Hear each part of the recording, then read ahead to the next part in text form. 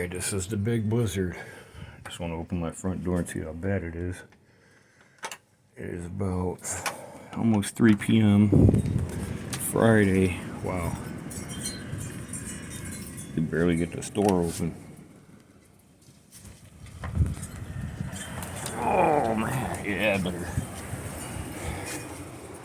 shovel some of this away from the door so people get out. Yeah, too, but this is horrible. Nobody's got any power. We've been out of power for 3-4 hours now. Can't even see the houses across the street or the traffic light at the corner. It's pretty bad. About as bad as I've ever seen it. So hopefully people are staying safe.